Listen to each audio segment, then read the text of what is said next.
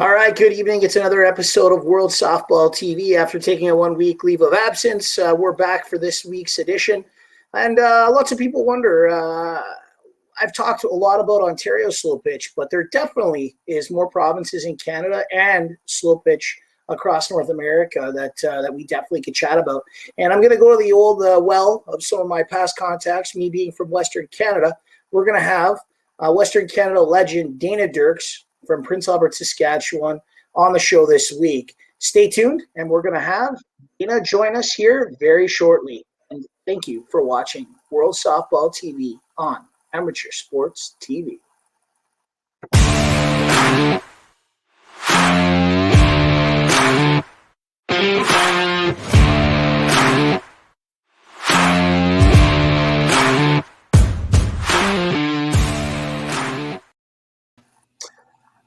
All right, we're back here. And Dana Dirks, thank you so very much for taking part in this week's episode.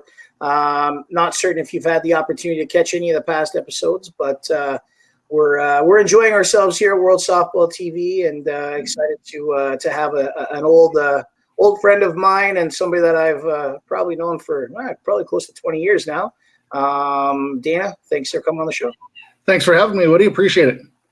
So, Prince Albert, Saskatchewan. Not a lot of good weather going right now to get outside and hit some BP yet, or? Actually, as we speak, it is snowing outside. Currently, it's we've had our ups and downs this spring for sure. We had some really nice days, and kind of seemed like we were getting there. And we started talking about getting outside, and old Mother Nature struck again, and then now again today. So we're hoping that. Sincerely hoping that this is the last blast of winter for us, and we usually get it a little bit later than everybody else, being in northern Saskatchewan, and so it's kind of par for the course. Some years are better than other, but usually we can't plan on anything until a couple of weeks into May. Yeah, it's crazy. I mean, being from Winnipeg, I know tournaments are always getting advertised to start, mid-April, end of April, and I never wanted to get onto the diamond in April. It was not a lot of fun. Yeah, it's not much fun. It's not much fun for your muscles or the equipment either, right? I mean, I can remember starting pretty early some years, and you head maybe an hour away, and you're playing in a tournament early in the year, and you come out for the 8 a.m. game, and it's -1 or -2, and you're just shaking your head wondering what the heck you're doing there. Yeah, it's one of those days where you should have stayed in bed and maybe showed up for Game 3. Yeah, get a little sleep in for sure. Yeah, absolutely. So Dana, you've been around this game a very long time, longer than me. Being from Saskatchewan, and a lot of our viewers, they know a lot about Ontario Slowpitch. They don't know a lot of what goes on in Western Canada. There's obviously so many talented players that are from Western Canada, and I mean, you being one of the, I don't want to say first players out of Western Canada that people went, oh man, this guy's legit. And talk about your starting with the sport, being from northern Saskatchewan, and getting involved in playing with one of the better men's Slowpitch teams that came out of Saskatchewan in the Olympic hurlers. Yeah, it was kind of one of those things. I imagine mostly like everybody else, when you're a baseball player, I got the call the one day from a buddy, and he's like, "Hey, we're short guys tonight. Do you want to come out and play some Slowpitch?" And I'm like, "Slowpitch?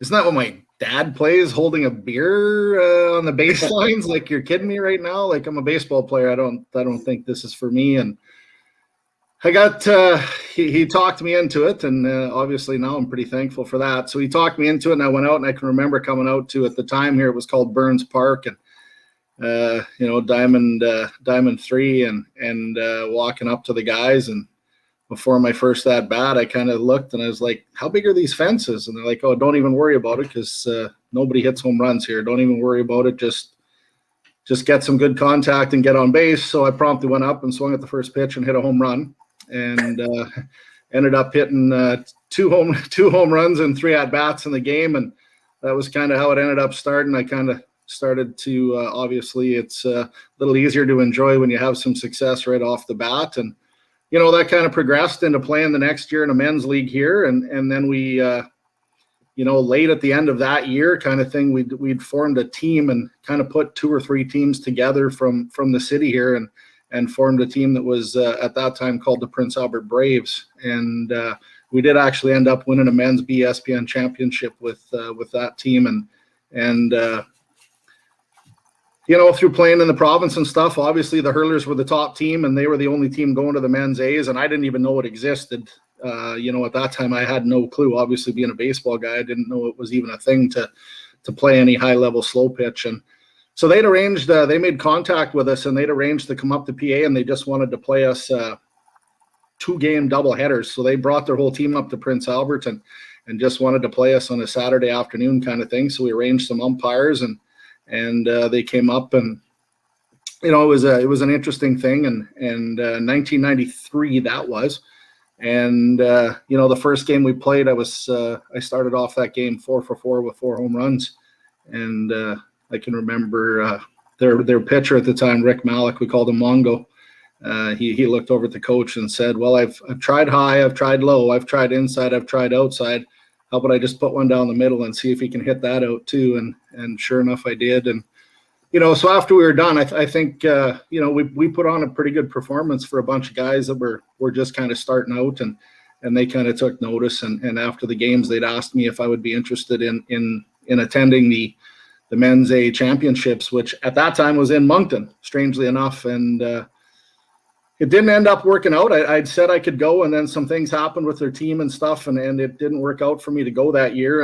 And ever since that time, I kept saying I was going to keep playing until I got to go out to the Maritimes and play in Moncton again. And sure enough, it ended up happening, obviously way, way, way longer than I thought it would take. But so 1994, they actually did approach me at that time and asked me to come to Canadians with them. And I was just going to be a bench player and help them out wherever they needed. And I'd agreed to that. And it was in Calgary. And we went down and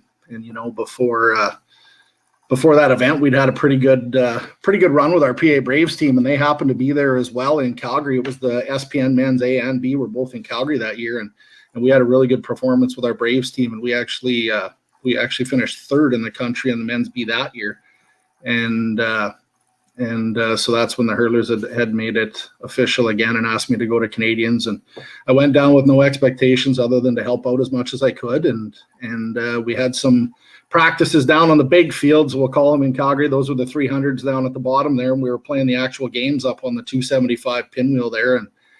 And in practice, it was everybody got 10 swings. And at that time, as you know, it was just a bomber's game, right? It was as many home runs as you could hit. So there was no restrictions at that time. So we'd actually had a practice on the 300s and I hit 9 out of 10 over the fence. And at that time, Todd Murdoch went to the coach and said, yeah, no, he's not staying on the bench. You're going to put him in the lineup. And it's just as simple as that. He's got to play. So that's kind of where it started. I started off that first game batting 8th and had a lot of success there. And I think it was about game 4. I ended up in the 4-hole. And that was where the incident with Quebec happened, where I moonwalked across home plate. Saskatchewan had never come anywhere close to beating Quebec, or most teams at that time. They never made the playoffs. And so we actually went through the round robin with a ton of success. We only had 1 loss. And so we were rolling pretty good, and I moonwalked across home plate. So that caused the benches to clear a bit, and we had some words and created some bad blood that went forward for a lot of years, and it made the game a lot more fun, to be honest with you. I mean, that rivalry made things pretty fun and heated, and those games were always those were always a spectacle where people would come and watch because it'd get pretty heated. And we ended up making it to the final, and we had double life in the final, and we were playing at that time against a real powerhouse team. And it was funny because we had that little circle going where we would always beat Quebec and Moss would always beat us. And somehow, just the way the playoffs worked out, we actually beat Quebec to get into the final. And so we had the double life. And Moss came up and they beat us in game 1. And we actually had them. We had guys at 2nd and 3rd. and we needed 1 run to mercy them. We had guys at second and third with 2 outs, and Todd was up to bat, and I was behind him. And you can imagine, in a million years, I didn't think that we were going to end up not mercying him there. And Todd ended up lining out in that one, and they come back in and just went on a roll. Of course, that was a great team with McColeman and Casperson and Longer and all those guys. I mean, that was a legendary team, and really the first team that caused Softball Canada to start changing rules. I mean, they were so dominant that's when they started going to the zone rules in Ontario and really changing things. So they ended up double dipping us, and so we ended up with a silver medal. Kind of shitty, but it is what it is. And then in '95 we ended up playing Moss in the final again. This time they had the double life, and they beat us in that one too. So we actually we played that tournament with 11 guys. 1995 wow. In London, Ontario. We went down there. We had 11 guys and ended up winning a silver medal. And back then you played more games than you do now. Obviously you did play every province. I think in 1994, I think we played 13 round robin games and then the playoffs. Totally.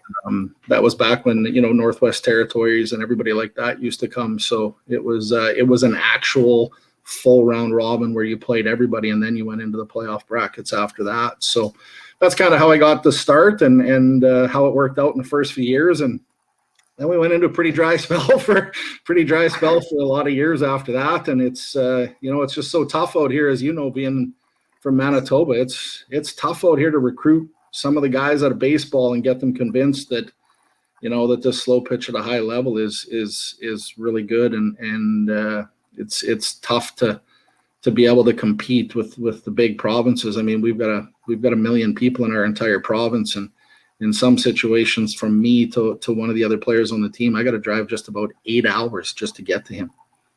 Well, I remember having to do that being in Winnipeg. I mean, we used to go down to North Dakota, and I mean, you've been there and you've played with us in those different tournaments down there. And I mean, it was always great to get there and we'd have success. And then for whatever reason, it just never translated into the success that it needed to be at Canadians. We'd always, lose by 3 or 4 to some of the better teams that you needed to win those games. And we just didn't know how to win in Canada. But you go down to North Dakota, we always found a way to win. It was weird. I just could never figure out why we just couldn't have that little bit more success at the Canadians level with Manitoba. Yeah, and I've said it every year, and it's those first couple of games, for the teams from the smaller provinces, Saskatchewan and Manitoba and the Maritimes and that, those first couple of games, it basically takes you those first 2 games to get up to speed because you haven't played. I mean, we don't have men's. There's no men's problem. There's a real men's problem in Saskatchewan because there's no program.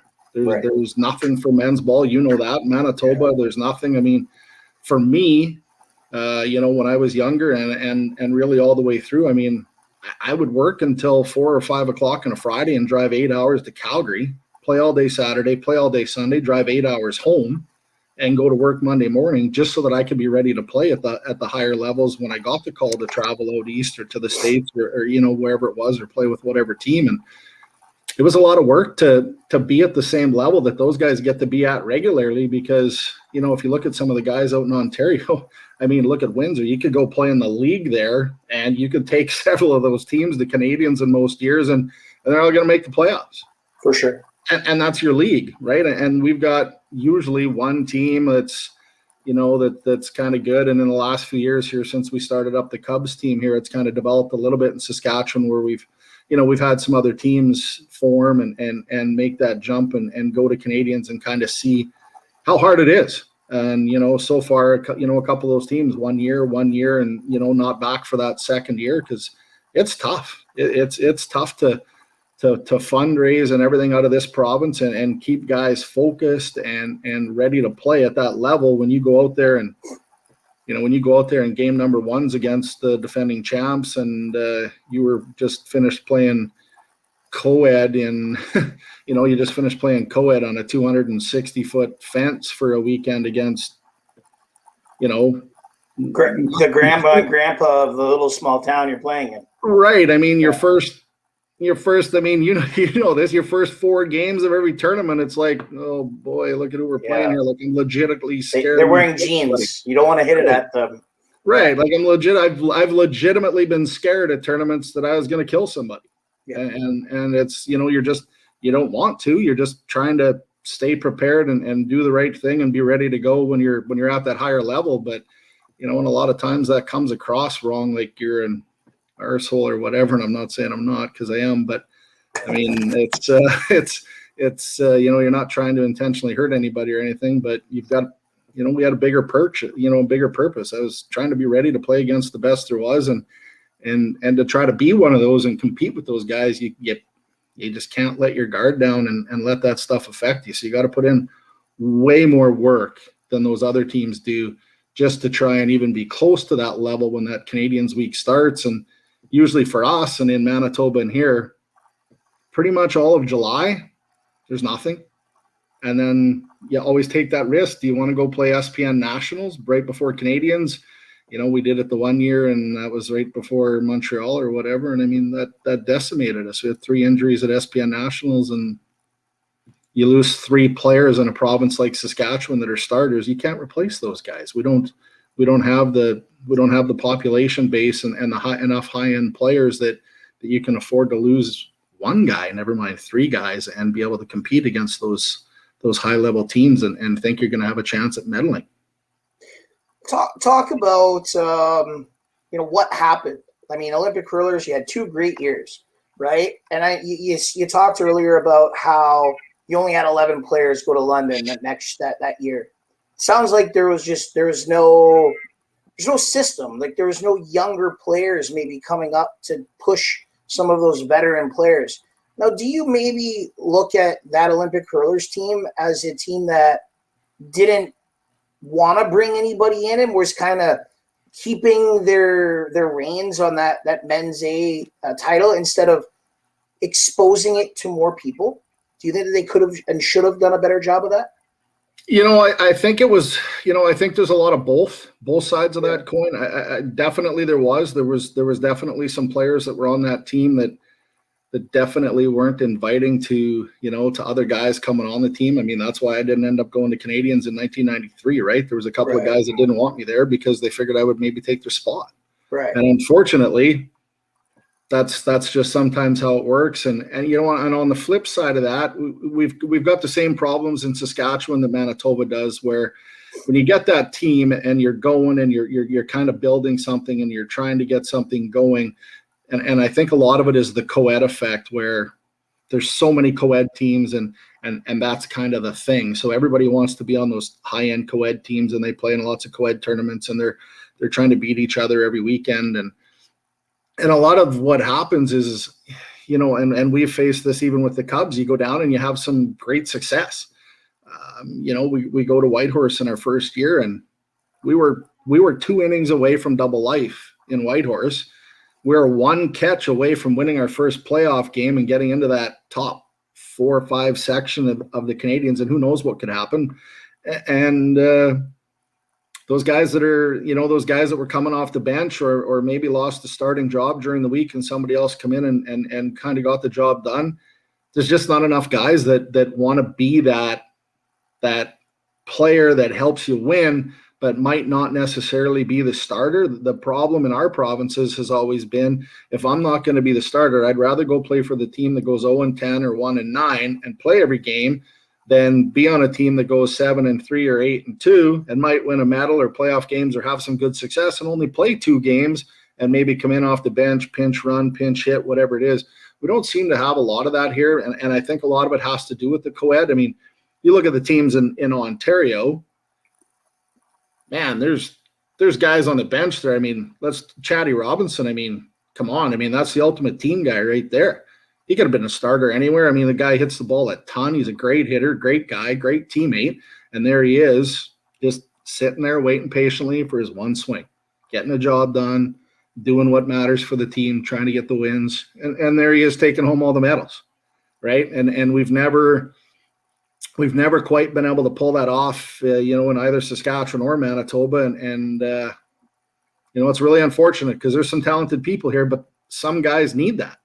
You need to go and be that bench player for a couple of years to figure it out rather than just getting thrown to the wolves and not having success and then quitting. and then you're gone. Yeah, and then you're gone, right? Whereas you can bring some of these guys in, and I mean, it's hard, and I mean we've gone through it again this year where we've added some, we've added players with the new rule in Softball Canada. We've added some players from Manitoba, and I think we're, I mean, I sure hope this goes down because I think we're a legit medal contender with the guys that we've picked up, with how good of a team that we had with the Cubs to begin with, and the guys that we've been able to pick up from Manitoba. This is as legit a team as we've had since probably '95. Were you able to get like a kid like Devin Deer or an Azonko or something like that to get involved? Uh-oh, I lost you. Are you there? You froze. Yeah, lost you there for a second, buddy. Okay. Yeah, okay. We were able to get Devin Deer and Azonko and a few other guys and good. We're really excited about the fact that we're able to get those guys. It was voted on unanimously by the Softball Canada reps, so it was a unanimous decision that Saskatchewan or Manitoba would be allowed to pick up those 5 players, whereas before it was only in the rule books that Manitoba could pick up 5 from Saskatchewan, and that was if Saskatchewan wasn't sending a team. Yeah. And now it doesn't matter. So if Manitoba sends a team, 5 players from Manitoba can still play for Saskatchewan, providing that Manitoba softball gives us the release. And I mean, I don't see Donnie Clem stepping in the way of that because I mean, he's a good old softball guy and he wants to see success too. And this is the best thing for all of us right now is to get this together and start this program up and get down there and really be competitive. It'll be great for the players in Manitoba and Saskatchewan, and you're going to see a better level of ball, and hopefully we can get some of these guys noticed that deserve to be noticed, because they do deserve to be noticed. It's just hard to get noticed when you're in Saskatchewan and Manitoba, man.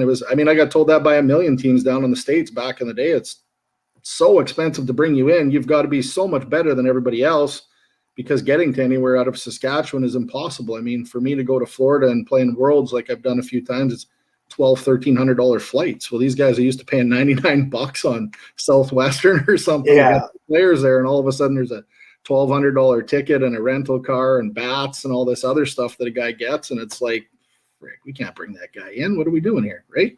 Yeah, the budget was crazy. I mean, I remember when I played for Laser Vision and Coop would fly me in to play, I drove to either North Dakota or I would drive to Minneapolis from Winnipeg. So I made the flight cheaper.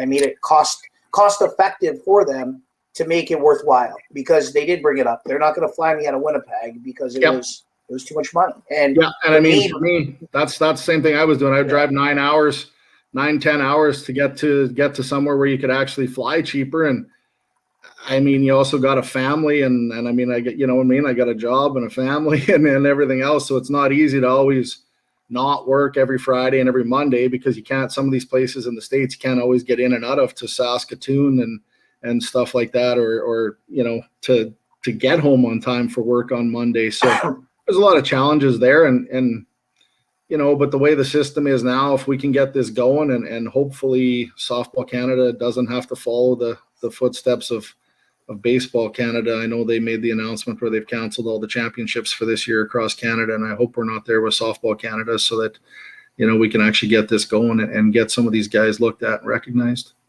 Well, I mean, having Mike Brancho on the show, very first one, he was pretty adamant about getting championships in this year. So, I mean, I think they're going to hold on as long as they possibly can, especially with the Slowpitch side of things, where I think that obviously adults are a little bit more flexible than some of the kids. So, I mean, I truly am holding out. And I mean, there has been talk about Canadians moving to September, which could be helpful as well.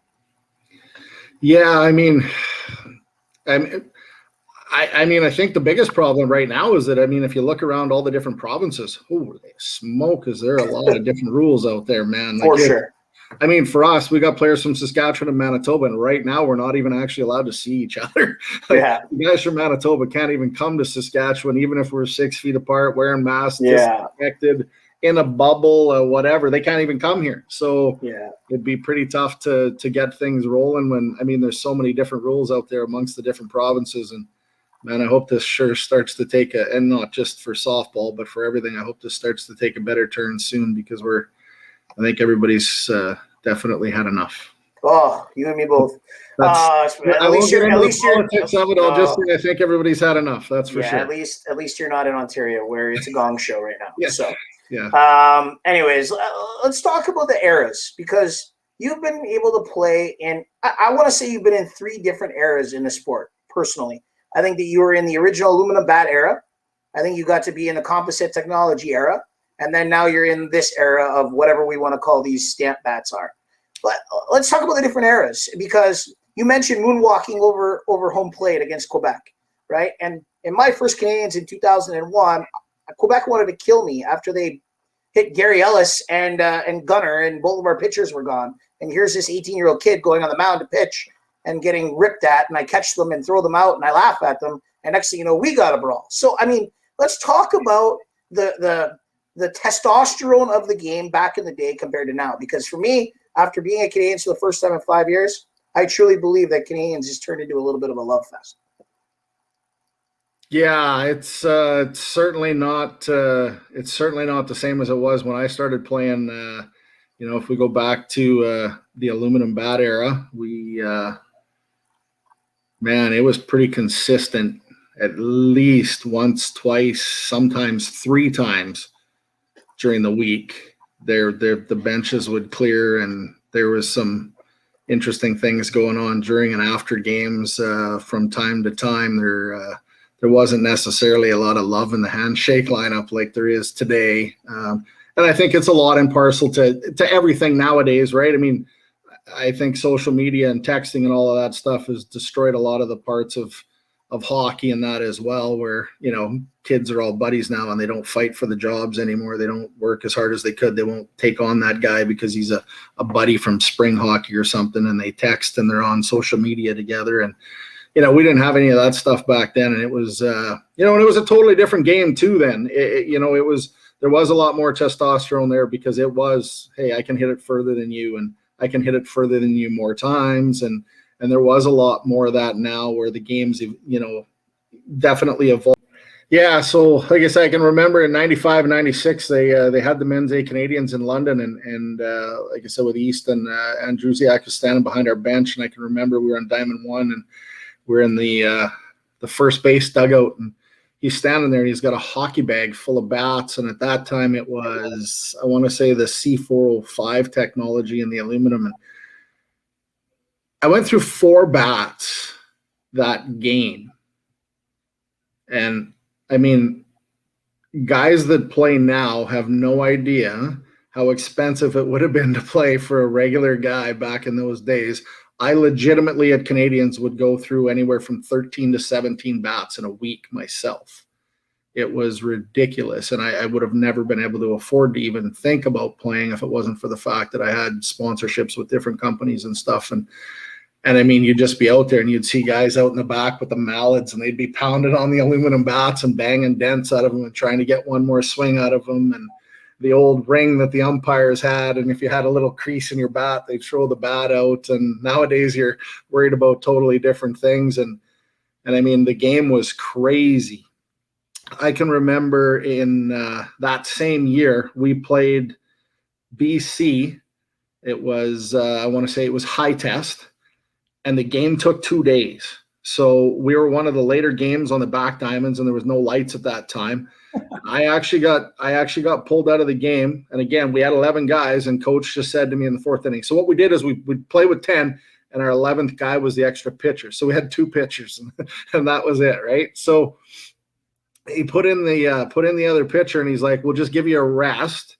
I had 4 home runs already in the game. It's like the 4th inning. We're winning 45 to like 11 or 12 at the time. It's just going into the 5th inning. It's going to be a mercy, no big deal. He pulls me out. I go lay down on the bench and drink some water and getting a little relaxation there. And all of a sudden they come up and just boom, boom, boom, boom, boom. And the balls just sounded like rocks, right? I mean, you got those aluminum bats and you're using those rock hard balls, and it was just boom, boom, boom. And before you know it, I'm back in the game, and it's 52-48 time delay, come back at 8:00 the next morning to finish the game. Holy. It was a completely different world. It was, nowadays if you get 4 at-bats in a game, that's a solid game. If you're getting 4 or 5, you're doing pretty well. And back then you were getting 7, sometimes 8 at-bats in a game at times, right? It just depending upon who you were playing and where you were playing. It was, if you didn't get 5 at-bats in a game, you were kind of pissed off, and it was just a different era, right? But there wasn't as much defense. There wasn't as much of the other stuff that you see today, and then, you progress through that. And then after that year, that's when the home run rule changed. And so they went down to 7. And, that completely changed everything. The days of, in 95, we're, 95 and 96, we're out there. I'm playing right field, Woody. I'm playing second base. I'm playing right field, diamond number 1 in London. I'm playing out right field because who cares? Yeah, it doesn't matter. Who cares? It didn't matter, right? Yeah. I'm not a right fielder, but coach says, hey, Tiger, can you go play right field? Absolutely. I can pick it up off the fence and throw it in like nobody's business. Just bat 700, 750, 800, hit your home runs, and we don't care. Right? But that's how the game was played then. It didn't matter as much. Yeah, you still had guys that were fantastic defensive players, don't get me wrong, but on the whole, it just wasn't there like it is today. And a lot of times you still see this down in the States when you go play in the tournaments there. You'll still see a lot of that where they just kind of plug guys into spots. As long as you're hitting, they're not really too concerned about the defense. Catch the ones that are hit at you, and the rest of it they'll worry about after, right? So, and the games just evolved, and then we kind of slowly evolved into something that was completely different, and we wanted to take home runs out of the games. And then so what we did was we made bats that were so absolutely insane that it made it dangerous to play anywhere without being able to hit the home runs. We get into those Mike and Ultras and those original gray Ultras. And well, let's talk about the Ultra. Before we get to the Ultras, I want to take a step backwards here.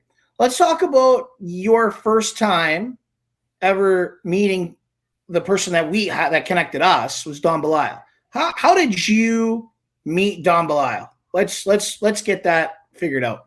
Or was it through Cam? You know what? I as strange as it was, I got an email somehow. Okay. I have no idea how he got my email address or anything else.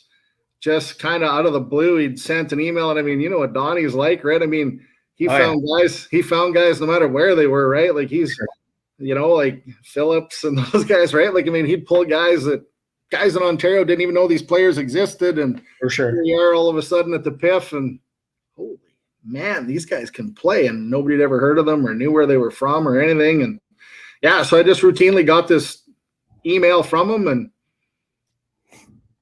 kind of developed from there, and turned into one of the best people I've ever met in the game. And then we still talk to this day, and always will. And it's one of those things where no longer how much it's been since you've talked or any of that stuff. You're just going to pick up right where you left off and start off with some good old giggles from the old hotel room stories and some of the PIFs and the Floridas and all those types of things that, the good times that we had, and Donnie did a lot of good things for the game in Manitoba and everywhere, really. He's helped an awful lot of guys out in Ontario and stuff too. And, even a guy like Jeremy Sutton, he got his start playing with Donnie at the PIF, I believe. And, stuff like that.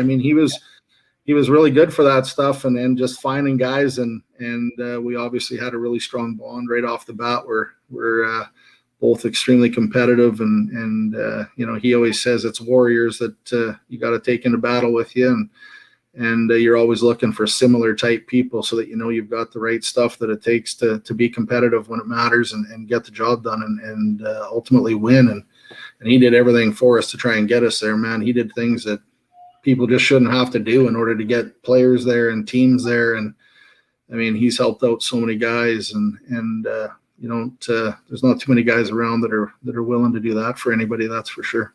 Just salt of the earth human being. Yeah. Yeah. I'll just I'll never forget. He says, "Hey, come to Northwood Community Center. We're playing the Beavers in the finals of the men's Winnipeg men's Slowpitch championships. You're on a roster. You've been all year, but now I need you to run around in the outfield." And I'm 18 years old then, and I show up, and he doesn't play me in game one, and I'm like, well, he needed me so bad, and I'm sitting, and I'm just a kid. I don't know any different. And anyways, we end up losing that game, and so they go to game 5. I start the next game, and he goes, "I just had to start the other guy because if I didn't, he would have been mad, but I knew he'd be shitty. So then we knew that it gives me a reason to finally put you in." I go in, and we're playing on a wide open diamond, so and we're playing a 3-man, and there's no fence. So, and I'm playing center field, and I was skinny and could run then. So, anyways, it was funny. It was unbelievable. And we ended up winning. And that was kind of when the Beavers were kind of on their way out and the Legends were kind of on their way in. So, and that was my kind of first taste of kind of competitive men's ball, because I was always a co-ed guy. I just played with my brothers and my family. So, but let's talk about that PIF, because I think that was one of the first times I met you, was that PIF. And I mean, what year was that? That had to have been in around 01, maybe 02. Yeah, probably 01-ish. I'm thinking, So we got a Brad Cracknell, a Jeremy Sutton. We've got Davey Phillips. And then I wish I could remember the guy that brought those guys from Ontario. He was a bigger dude. I wish I could remember what his name was, but Donnie had him coaching the base, and then we had that big monster from the U.S. come and play for us too. That he Kevin Schulstrom from Anaconda Sports would always send us a guy. He would always find a guy. For sure. Might have trouble getting him across the border, but he'd find you a guy. For sure. So he brings this guy, and Schulstrom was there. And this is when the mic and bat was kind of brand new, never ever been used before, and nobody knows about it except for us. Little nobodies from Manitoba, Saskatchewan, all the rejects of Ontario at the time. Nobody wanted them, and we show up, and I think we played the Orioles in the first game. Did we not? Was it the Orioles that year that we played in game 1? I'm pretty sure. I'm pretty sure it was game 1 against the Orioles. Maybe it was the Henchmen. I don't know, but. Anyways, we play this game, and Schulstrom pulls out these bats, this hockey bag, and out comes his great original Mikan. Yeah. Kenny Blue comes up, leads the game off, and hits one 340. Kenny Blue's 5'9", about 160 pounds, and goes, "What the heck was that?" And never wanted to hit a ball further than just barely past the infield either. That's all Kenny ever wanted. Exactly. And he smashes one out. Everyone else is using this bat, and boom, boom, boom. Next thing you know, all right, the game's over, and I believe all the Quebec guys walked over and went, "All right, I want one." I think he sold them for $600 American a bat. He was selling them for $800 Canadian out of the trunk of his car. There you go. And he probably $800 Canadian. And then all I can remember Donnie saying to the guy after he sold him after game 1, he goes, "Could you not have waited until after the tournament was over?" Yeah. Because our advantage was kind of gone by then, right? So anyways, just stuff like that with Donnie was always just the way that he was, and it was pretty funny. But yeah, that PIF was a lot of fun. I mean, those early ones, I know that, I think we got to the undefeated game and lost to like Chase Elysium or something with, what's his name there? Laverico, Alex Laverico's team. And we're just a bunch of nobodies from Manitoba, and have added a couple Ontario guys and a couple of unknown U.S. players. And next thing you know, we're in the finals. It was a lot of fun. It was, man, that guy from New Jersey was a monster. Oh, was he ever? He could hit the ball. I can't remember his name, but man, was he a monster. It's escaping me as well. But I mean, geez, we're looking at almost 20 years ago that this happened. Crazy. So, there's Donnie, but we talk about that bat era. I mean, that's kind of the next wave. I mean, you look at 01, the Word 3DX kind of came out, because that was kind of one of the first composites, because then it was the Easton Connection. It was like the worst Supercell. And then this Mikan Ultra, composite bat comes out, and holy moly. And I mean, you talk about breaking bats back in the day. How many of those did you break? Those didn't last very long. They were extremely warm. Yeah. But they weren't the best for durability. It was man, and the sound those things made. Yeah. The worst part is after you broke it on the one side, you could actually, those bats were so good. If you just spidered it on the backside or had a little crack on the backside, you just flip it around, make sure you hit it on the front. It was still better than any other bat that was made, hitting it with a crack through it. Yeah, it's crazy to think. So talk Just about ridiculous. The bat. You were in the area of aluminum, unlimited home runs. Now we go to an area, and back then, no 5-man infield. And for people that maybe aren't familiar with 5, you only play with 3 outfielders at the competitive level and 5 infielders. And, talk about that change. Because, you were kind of away from the Men's Day Canadians for a few years after the Olympic hurlers, if I'm not mistaken. And then you kind of started going back again with, was it the Athletics? Yeah. The hurlers thing had for me, unfortunately with, and we've already talked about the Saskatchewan and Manitoba stuff, but just for a couple of years there, it wasn't a competitive team, and I was too competitive of a guy. I can admit that I was never going to Canadians to have fun.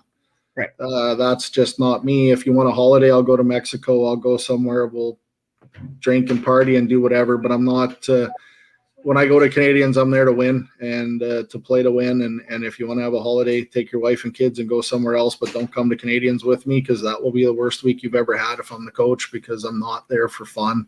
It is fun, but I'm not there for fun.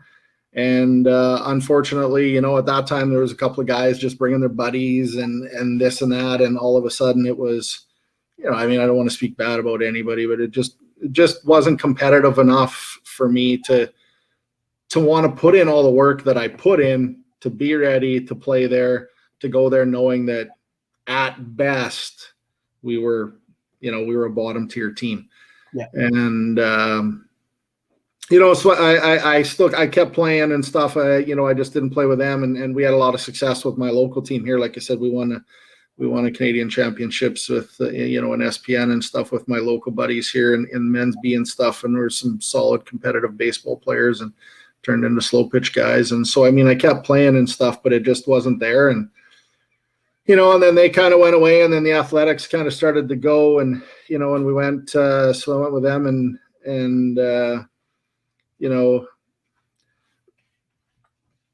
I can remember Medicine Hat, and we scored more runs than any team there and didn't win a game. So that'll just tell you the difference in the provinces, because it wasn't like the players that were on our team weren't good enough defensively to play the game in our province, because they were some of the best guys at their positions in our province. But it was even worse with the, those first couple of years with the Athletics. It was even worse, because there legitimately was nothing to play. Like legitimately nothing to play.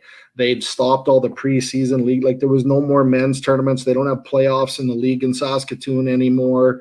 There's like, you go on Monday night and whoever shows up and you kind of play and you win by 40 and you leave. And, there just really wasn't anything there to prepare you defensively enough to get you ready. And man, go to Medicine Hat. And if you go back and check the record books there, when the round robin was done, the Saskatchewan Athletics scored more runs than any team there and never won a game. And that's, that's when I really started to notice the separation in the provinces for preparation. When we were the hurlers, you didn't have to prepare as much defensively because you just hit it.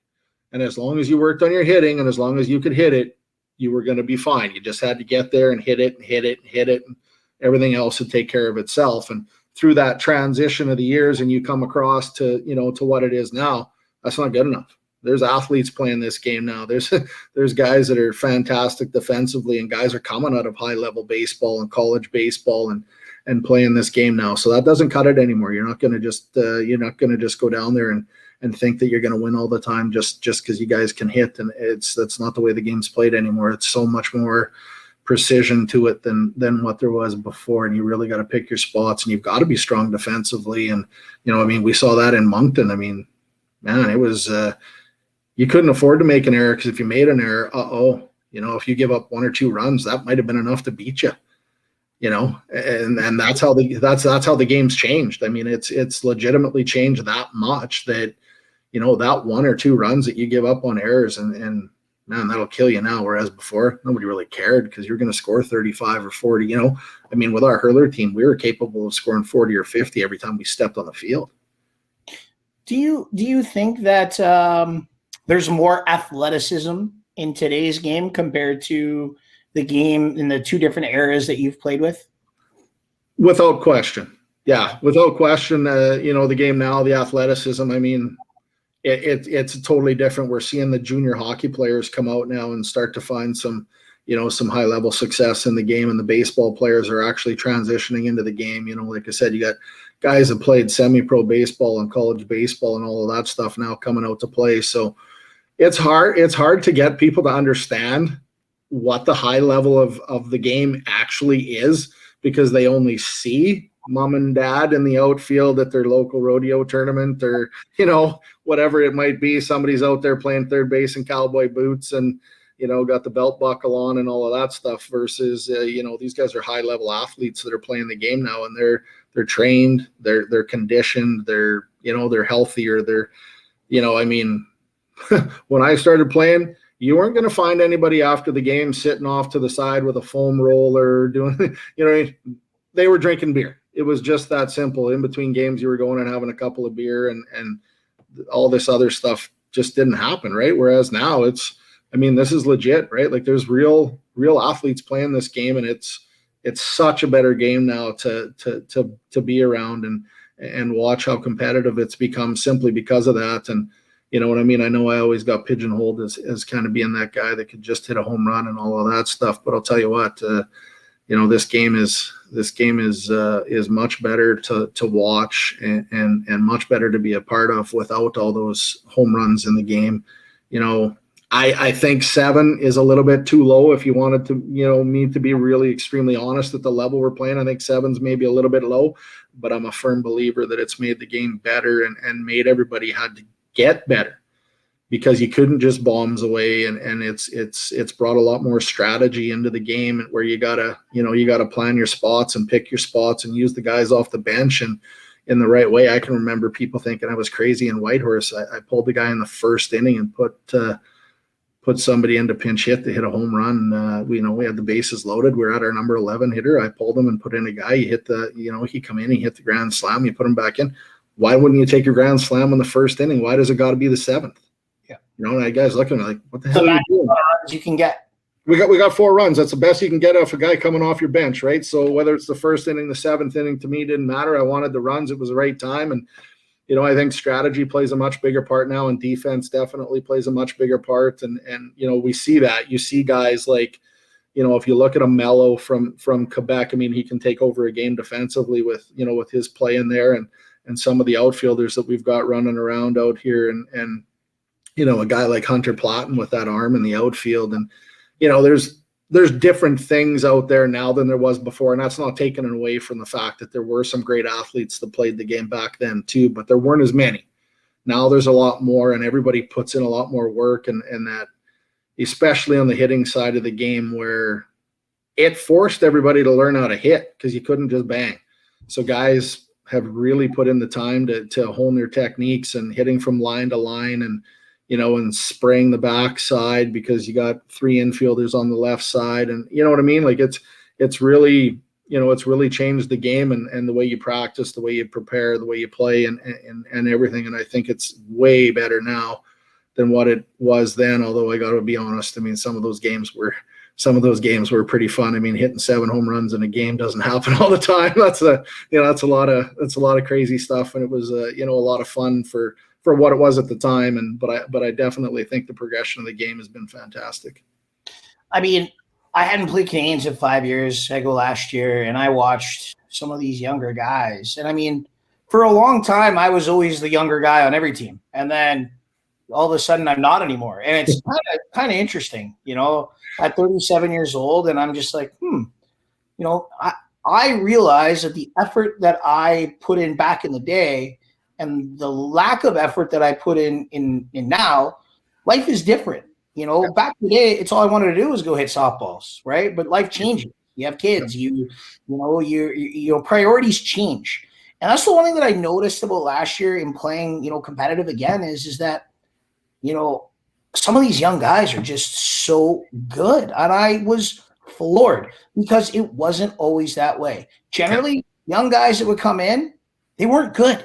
They thought they were above the game. They would come in, I played, minor pro, or I played college baseball. They didn't respect the game, right? Yep. And they thought that, they could just come in and just dominate. And it just never happened. Where I'm seeing completely different now is that these younger baseball players and athletes are coming in, putting in the effort, and taking over the game.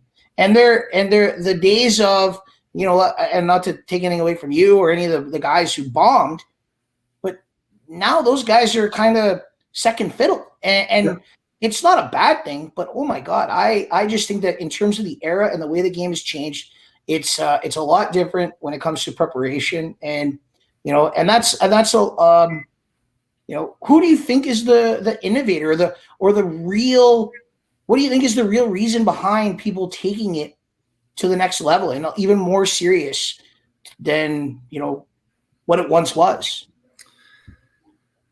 Well, you know what? I think that, I think that whenever we look at, our game in Canada, you really got to look to Ontario for kind of how things go, because, let's be realistic. Without Ontario, not a lot of this stuff flies.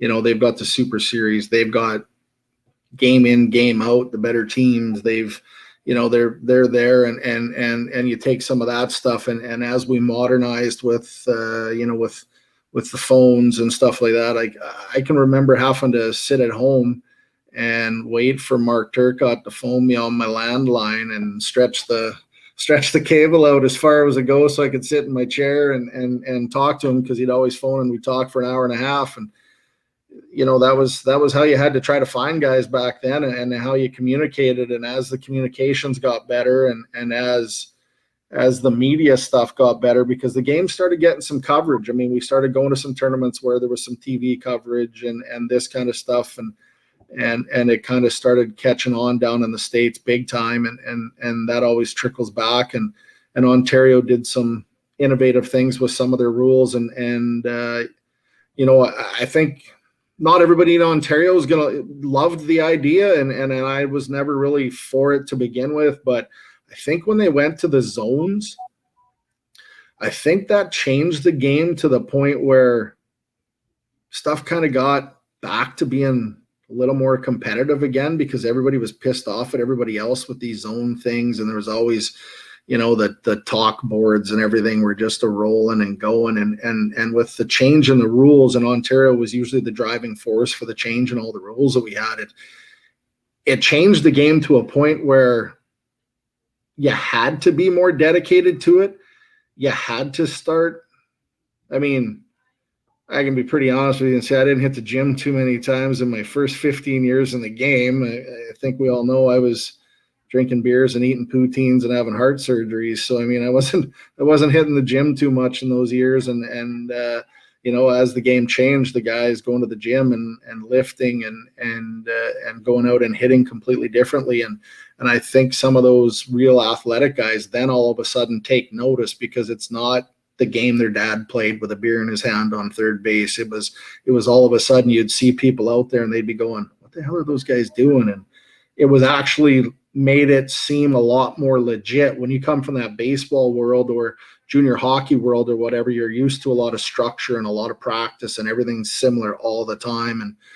And a lot of guys, I can remember McColeman and I flying into to the PIF together, and I was playing with Air Transat on the weekend, and he was playing with Checking Tiger Worth Air Transat on the weekend. But during the week, we would play for different teams in the week-long event at the PIF, and so we'd spend a lot of time chatting about stuff. And I can remember him saying that he'd drive around, and he always had a bucket of balls in his ball gear in his vehicle, and whenever he'd see an open park somewhere, he'd get his girlfriend out of the truck and she'd throw him 100 pitches. bang, they just stop. And that's the kind of stuff that started happening. And a guy like him breaking into the game in the States at the level that he did, that changed everything, right? That started bringing the game to a different level where those guys saw that, yeah, there is something here. And I mean, guys were getting paid too, right? I mean, there was money to be made in this game, and you know, a lot of the perks were pretty good. I can remember making thousands of bucks in a week, and bats and everything else. And you know, once these other athletes started seeing the dedication that it actually took on the level that it was going to, and then those guys starting to play the game and getting on board and seeing what it was like, especially in Ontario, and how you got to work your way up in Ontario. Like, you don't just all of a sudden, I mean, in Saskatchewan, you can start a team and enter Canadians. You know what I mean? So in Ontario, these guys, all of a sudden they see this and they maybe start out on a C team, and then they're going, and then you play the one event where the A, B, and C and everything all get to play against each other, and some guys get noticed and they see what it's like at that high level. And that completely changed everything. And then that kind of just started to spread out across Canada and get out west. And it's just, it really has, Woody. Like, it's changed the game immensely with the athleticism that's come in with the rules and what they've done with that. Apparently, I've gone dark. I was gonna say, now you lost your power. I don't know what the heck is going on. That's okay. It's that might be the best you've looked, Woody. Well, some people might say that. Yeah, absolutely. I gotta fix that.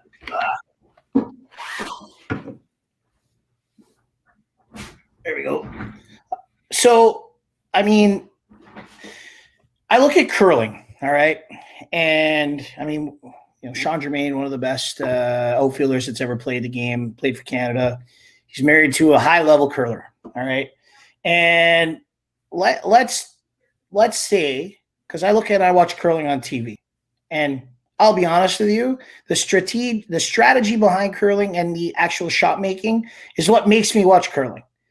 And, well, some of the girls that curl are not terrible to look at either. But from a pure entertainment standpoint, and if you weren't a softball person and you could put on and watch a game of softball where there's crazy defense, 10 home runs, and they play on, let's say, a fenced diamond that's 320, and it was like an actual league or some sort of circuit, kind of like what, you know, the U-Trip has down in the U.S., do you not think that there could be something here in Canada take off to be able to have an actual circuit and put all the best players on, let's say, an 8-team league, and everybody gets drafted to a team, and that's your team for the season, and everyone shows up once a month and they film a tournament, and then it gets put on TV? Would that not be something that could be really, really great for the sport here in Canada?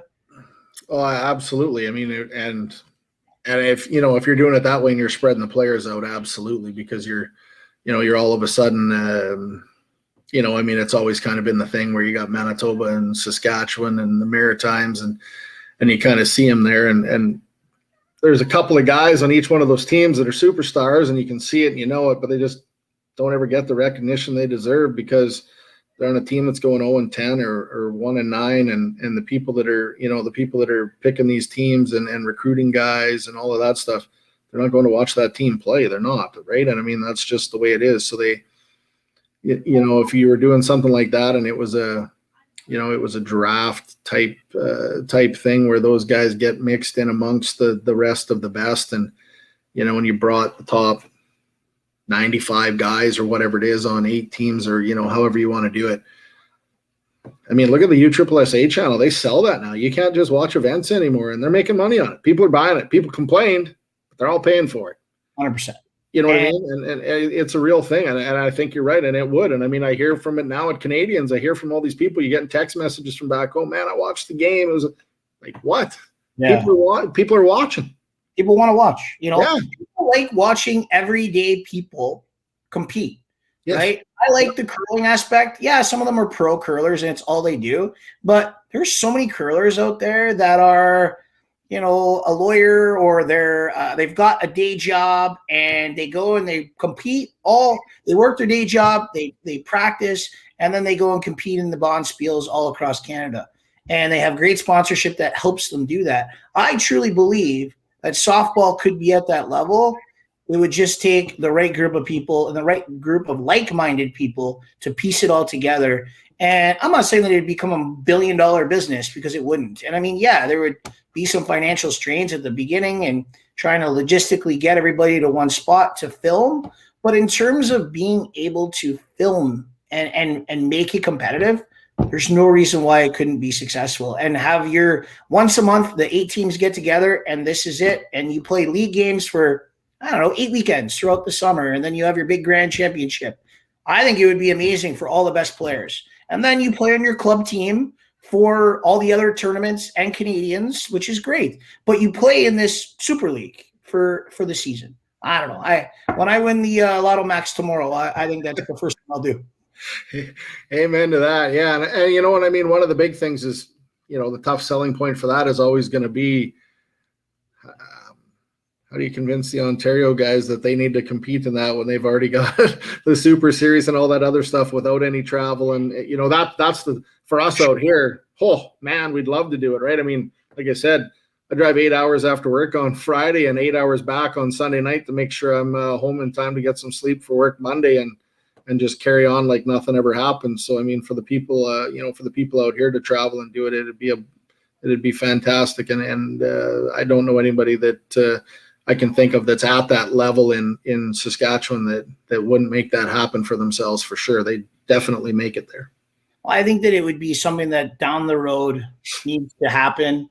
And I mean, as I phase myself out as a player and continue to build on the business side of the game, it's definitely something that's on my list of things I'd love to see happen. I mean, even if I don't get to play in it, I don't care. It'd be pretty cool to see it come to fruition one day. And yeah, who knows what can happen. But there's just so many talented players, and I truly believe that the sport itself doesn't get enough notice or notoriety or recognition in Canada. And I mean, and not to take anything away from curling, because I think the sport is very, very strategic, and love the shot making that goes on to it. But I mean, it's been around forever. And it also used to be on TV was the Briar and the Scotties. Well, now you've got all these Pinty Grand Slams. You've got everything.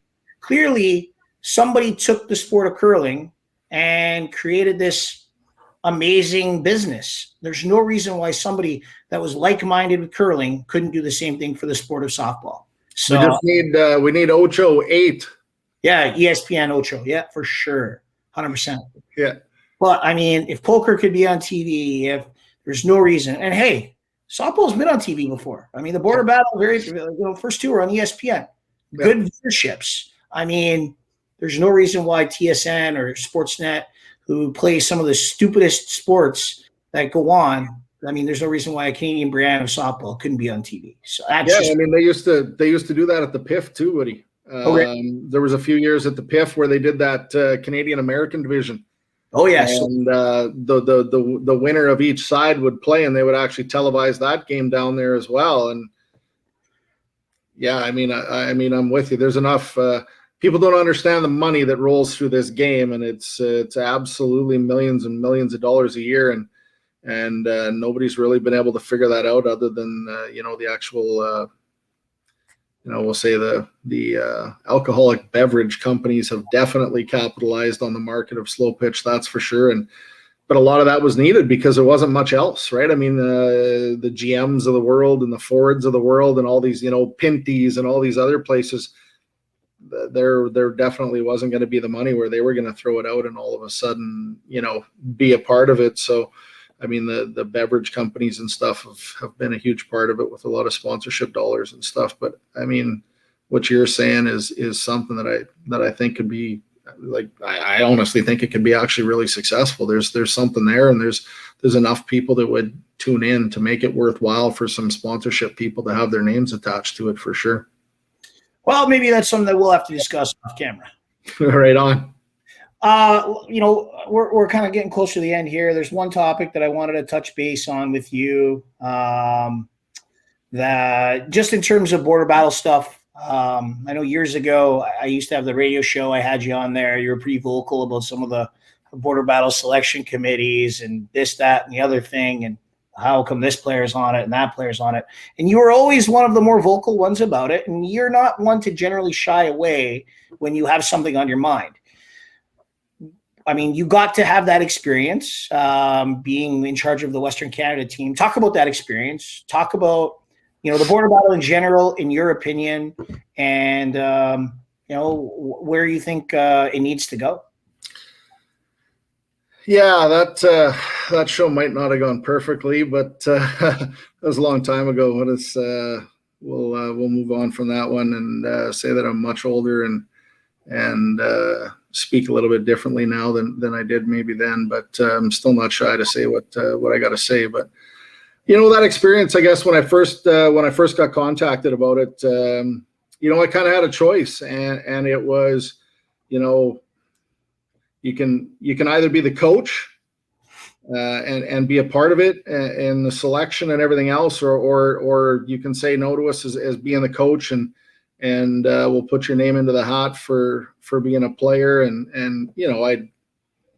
it was strongly suggested that I was definitely going to be one of the players on the team with the other coaches that were selected and stuff. But I had to make a decision, and that decision for me was pretty simple. I could have played and done well, and none of it would have mattered. I mean, I was already getting to the end of my career. I've already been there. I've done it. I'm not ashamed of any of my accomplishments, that's for sure. And or I could have been a coach and help out and help to get my guys recognized. I knew being a coach, I could get them on the team. As a player, maybe they get there, maybe they don't. So it was one of those things where I made that decision to bring my guys with me and get them some looks, and they didn't let me down. In terms of your experience, I mean, what'd you take away from the weekend? What was your thoughts on the whole situation? And what was the good, what was the bad, and what was the ugly? Man, we had a lot of fun. It was tough. Like putting the team together was tough, right? Because your Team Canada was picked, and then you're trying to do this, and it was one of those situations where there was no funding, there was no coverage, so everybody had to pay for themselves, and you've already traveled all year, and you got Canadians and all of those things upcoming as well, and you're not really sure what to do, and so. We actually did legitimately have some struggles getting some of the players that we wanted to go, and others did say no, and it was all totally understandable because it wasn't something that had really happened before, and we were able to put together a pretty solid team, and we hung right in there with USA and Canada. We beat the Quebec team in our first game there. We put up quite a few runs, and that kind of got us, we started a little bit slow, which again, I expected because you're just not used to playing the same levels. But once we got going, we had a really good group of guys. That's always what makes it better. And everybody was good. And nobody was bitching and moaning and whining about playing time or any of that stuff. And everybody was pretty good. And we had a lot of laughs and some fun. And we competed, man, and really, our games against Canada and Team USA, there was no holding our heads on that. I mean, we were right there going into the seventh inning in those games, and anything could have happened. And we had a lot of success for some of the individual guys on our team. I think it was a great experience, and it was good for a lot of these guys that, I guess, some people would say the second tier guys for that Canada level to come and play at that competitive level. And hopefully the guys from the Team Canada and Softball Canada and all that took a look at these guys and were able to then give them a little bit of an opportunity going forward, at least remember the names and see what they're all about. And, nobody knew who Bob Mergel was until I brought him there. And, you look at Rick Wagner, only hit .950. Rick's always been a great hitter, always. You know what I mean? These are guys that don't get looked at, and you hear the argument, and this is my major complaint with Team Canada, always has been, always will be, because I got told for so many years, if you want players to be on the team, then make the playoffs. And then we made the playoffs, and we still didn't get anybody on the team. So is that the right answer, the wrong answer, right? And you go out there, and he played against the same competition everybody else did. He had the best batting average there of the whole weekend. He was an absolute lights out player all weekend. It was absolutely ridiculous. Nobody else was even close. Lifetime batting average of 1,000 against Travis Clark. How many guys can say that? I think he was 5 for 5 with 2 or 3 home runs against him. I mean, he absolutely lit him up. And there's one of the toughest guys in the world to play against as far as pitchers go. And, and now we've got, now we've got other guys that are fighting to get to that. And they think about it now because they know when they go to Canadians that's in the back of their head. And, you want to do well with your team, but you're really trying to perform and get yourself noticed as well to try and get some of those opportunities. And, I've tried, and you send your messages to some of the coaches and stuff and say, like, you should legitimately give this guy a look. And, we got Johnny Newberger, who played middle for us in Moncton there. He's a college baseball player coming up, and we're really working with him on a lot of stuff. And I mean, he's putting in all the work, and he's turned 13 double plays in one day, Woody.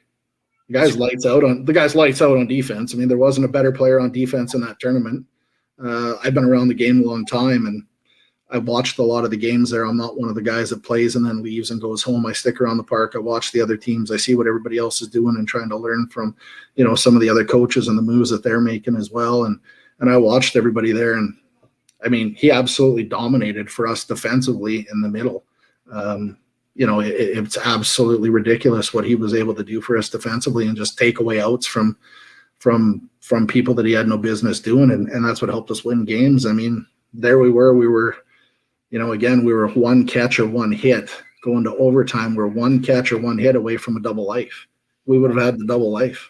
That's great. It's crazy to think it, and these guys can't get noticed because we're playing in Saskatchewan and nobody sees us, right? So you only got one chance, and unfortunately, unless you're playing against the right team when you have a great game, you still might not get noticed because you're not consistently there playing at that level. I mean, the guys in Ontario have such an advantage with their Super Series and their availability of so many great players out there to just stay competitive. And you know what? Now Alberta's gotten to that same level, really. Like, you look at Alberta, and man, they're putting together some strong teams and a lot of strong players, and they're getting guys, these young guys and these athletic guys and the baseball guys, and that's changed their game too, right? But I mean, they did it the right way when they started off as the Oilmen, and they always tried to do it the right way and pick guys that they knew would work together as a team rather than just putting together the best 15 players. And that's something we did with that Team Canada West too. Like, man, we had some great guys there. It was a lot of fun, and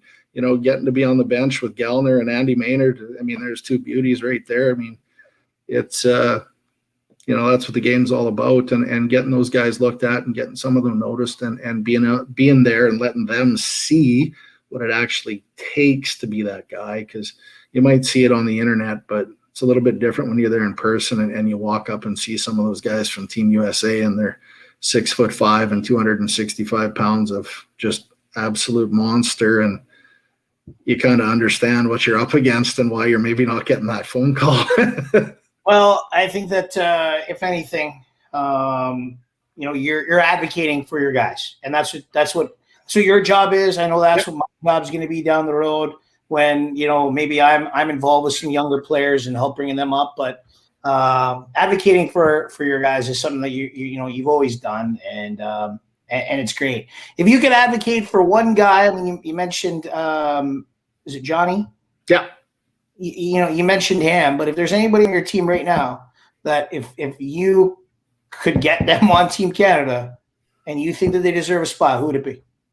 Yeah, for me, I mean, Ricky got to play with Team Canada now and stuff. So, I mean, I'm never going to take it away from him because he deserves it too. But, I think for me with Johnny being the younger guy and stuff, and I don't think there's a better middle infielder in Canada defensively right now. There's a little bit of work there to do offensively with his swing, but he's working on it every day. He sends me videos 2 or 3 times a week of hitting down in the basement, and we go over stuff, and we go back and forth 7 or 8 times a day with his swing and what he's doing and where he's moving in his hands and his feet. And he's putting in the work that it takes. He wants to be there, and that'd be the one guy. That's awesome. Dana, I appreciate you taking the time to chat. I know that you're a busy guy, being the big logistics manager and having to travel on ice roads to go see customers. I can't believe it. Still 34 inches of ice on the road, buddy. I can't believe that. When you texted me and said that you're in the middle of driving on ice roads to go visit a customer, I was like, okay. Life of a logistics manager, eh? Yes. Lots of fun. Yeah, no doubt. Well, I appreciate you getting back to me, wanting to jump on the show. It's always a pleasure to have somebody as knowledgeable as you. And I mean, I've told you this, and a lot of people may not know you and not know this about you, but as far as I'm concerned, you're one of the best pure hitters that has ever played the game in Canada. And it's great to see you still giving back to Saskatchewan. It's nice to see some of my friends from Manitoba are going to be playing with you guys and making your team even stronger. Hopefully we do have Canadians this year, and we'll get a chance to have a beer together. Hey, man, buddy. Appreciate it. Thanks for having me. It was awesome. All right. Thank you very much. Take care. All right. That was Dana Dirks, amazing guy and such a wealth of information for the sport of softball. Couldn't be happier to call him a friend. And I wish him and the Saskatchewan Cubs nothing but success. And the big thing that he really, really reiterated, and there's lots of amazing talented players in Western Canada, and it's super exciting to see a lot of these up and comers get the recognition they deserve. So, for Dana Dirks, and I'm Ryan Wood here on AmateurSport.tv. We are World Softball TV, coming at you every Tuesday night, 10 p.m. Eastern Standard Time on ASTV. Thank you very much, and I look forward to seeing you next week.